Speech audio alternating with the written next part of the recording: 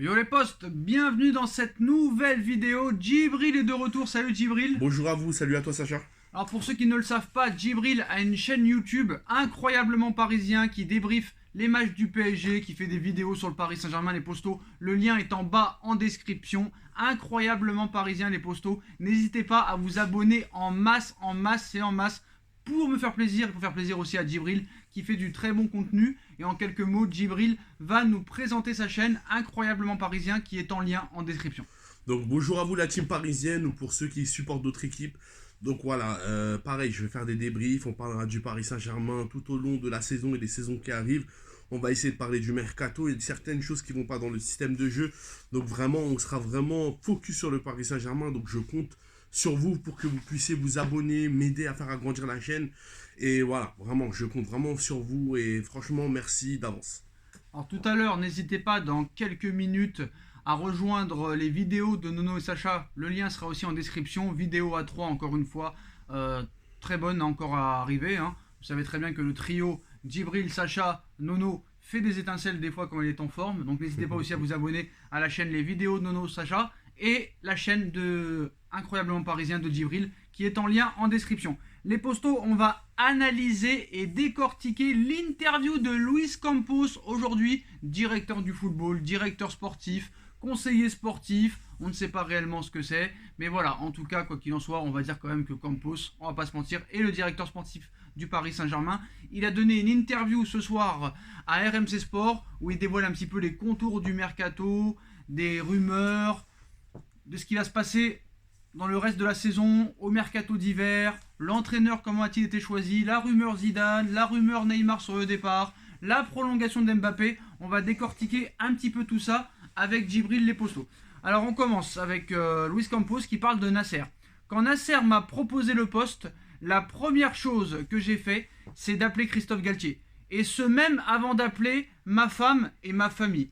Franchement, Djibril, est-ce que tu crois déjà à ces propos? J'y crois pas, j'y crois vraiment pas, je pense que c'est de la communication. Et surtout, je pense qu'il a été dicté. Il a été vraiment dicté parce qu'on sait que Nasser Al-Khelaifi, aussi, ça va être en concordance avec. On sait très bien qu'il y a eu des négociations auparavant avec Zidane, mais que ça s'est pas fait. Je sais que dans un premier coup, ils ont voulu essayer de faire Zidane, mais bon, ça a échoué. Et donc là, pour essayer de rattraper la mise et pour pas dénigrer Galtier, pour pas faire croire que Galtier c'était un plan B, donc là, ils sont obligés de faire croire aux gens que voilà, ils ont commencé des négociations depuis très longtemps avec Galtier. Je ne dirais pas que je suis d'accord avec toi à 100%.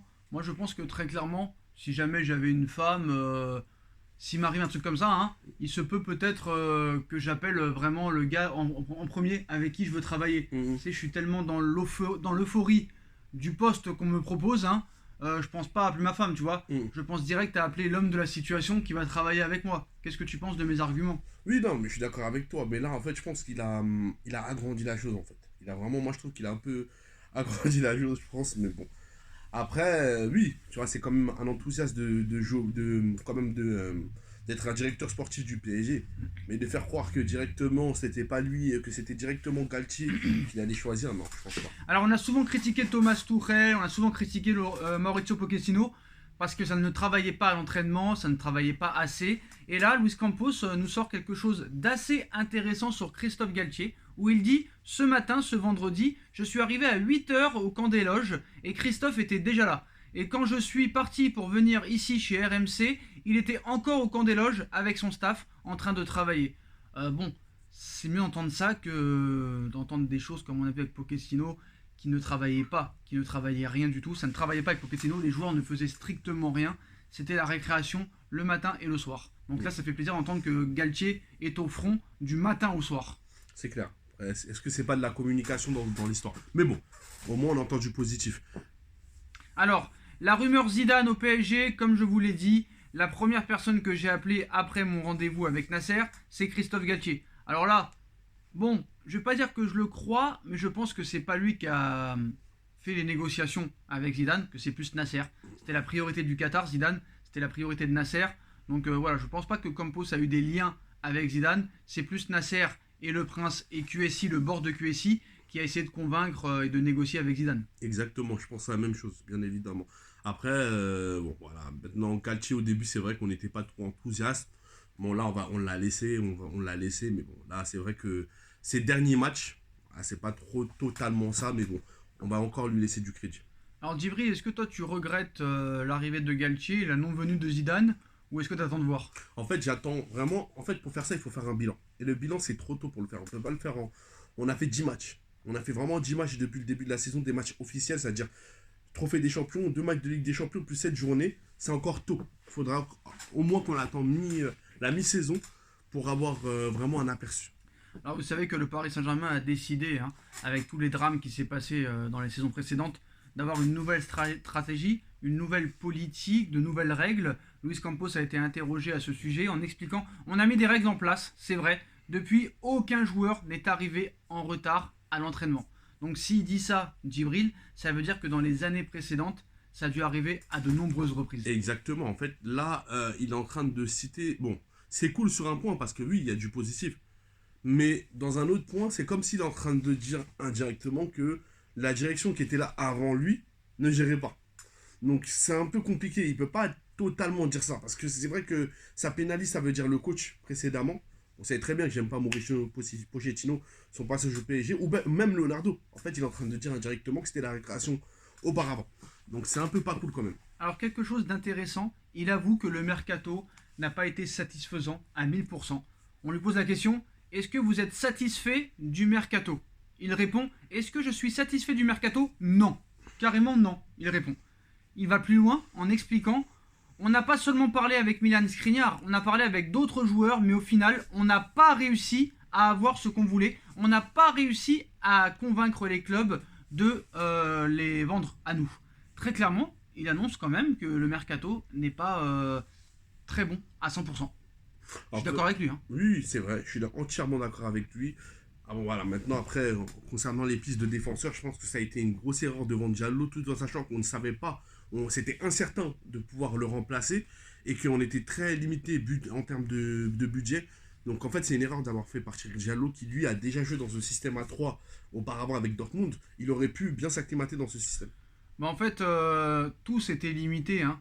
Les grands clubs surtout, comme le Barça, Manchester City et le PSG. Mais bon, apparemment, le fair play financier met ses jumelles seulement sur le Paris Saint-Germain. Voilà, on va pas reparler des dettes du Barça, Manchester City qui n'a presque rien vendu à part Sterling si je me trompe pas. Eux ont tous les droits, nous avons tous les droits. Alors c'est vrai que les droits TV en Angleterre ne sont pas les mêmes, les sponsors ne sont pas les mêmes, mais je suis désolé, il y a d'autres clubs qui ont beaucoup plus recruté que le Paris Saint-Germain Exactement. lors de ces dernières années. Et je pense qu'avec toutes les ventes que tu as fait, les options d'achat de Paredes à 23, Kalimundo à 23 ou 24, Diallo si l'option d'achat est levée l'année prochaine, Paredes. ça fera encore 25. Michou 5 millions par-ci par-là, je suis désolé, tu rentres dans tes sous. Alors, il parle et il fait des reproches à Antero Henrique, qui s'est occupé un petit peu des ventes, hein, l'ancien directeur sportif du Paris Saint-Germain, qui s'occupe maintenant des ventes du côté du PSG. Alors, Luis Campos reproche à Antero Henrique la gestion du mercato, en disant le filtre économique ne peut pas conditionner le filtre sportif. À un moment, pendant le mercato, la priorité c'était davantage la question économique que le sportif. Alors qu'est-ce qu'il lui reproche réellement en quelques mots français, on va dire, parce que là peut-être que tout le monde n'a pas compris. Là, c'est vrai que moi, j'ai pas trop compris. Voilà. En gros, c'est quoi qu'il veut mettre en avant? C'était le côté sportif, c'était d'abord de pouvoir recruter des joueurs pour ensuite vendre les indésirables. C'est vrai que ça paraît plus logique de faire ça. Parce que des négociations, on sait comment ça se passe, ça met du temps. Et donc, ça veut dire que si on va s'occuper des ventes, sans en parallèle pouvoir essayer de négocier certaines personnes, donc c'est vrai que c'est très compliqué. En fait, il fallait faire les deux à la fois. Alors là, il avoue encore que le mercato a été raté, surtout au niveau des ventes des joueurs, Djibril, en expliquant on n'a pas vendu beaucoup de joueurs, on a fait beaucoup de prêts, mais rien ne garantit que ces prêts, avec les options d'achat, seront levés à 100%. Mais l'année prochaine, ces joueurs vont revenir. Et c'est pour ce que... Alors j'ai pas compris, c'est pour ce que, pour moi, donc je pense qu'il y a une faute de frappe. Hein. Bon, ce n'est pas un bon mercato, quoi qu'il arrive. Voilà, je pense que l'article a été mal écrit. Il vise clairement la gestion d'Antero Henrique. Ouais, bah oui, indirectement, c'est ce qu'ils visent. C'est ce qu'ils visent parce qu'en réalité, on a fait pratiquement que des options d'achat. C'est une réalité. On n'a pas de garantie si des joueurs ils vont. Après, c'est obligatoire. Est-ce que c'est obligatoire pour beaucoup de personnes?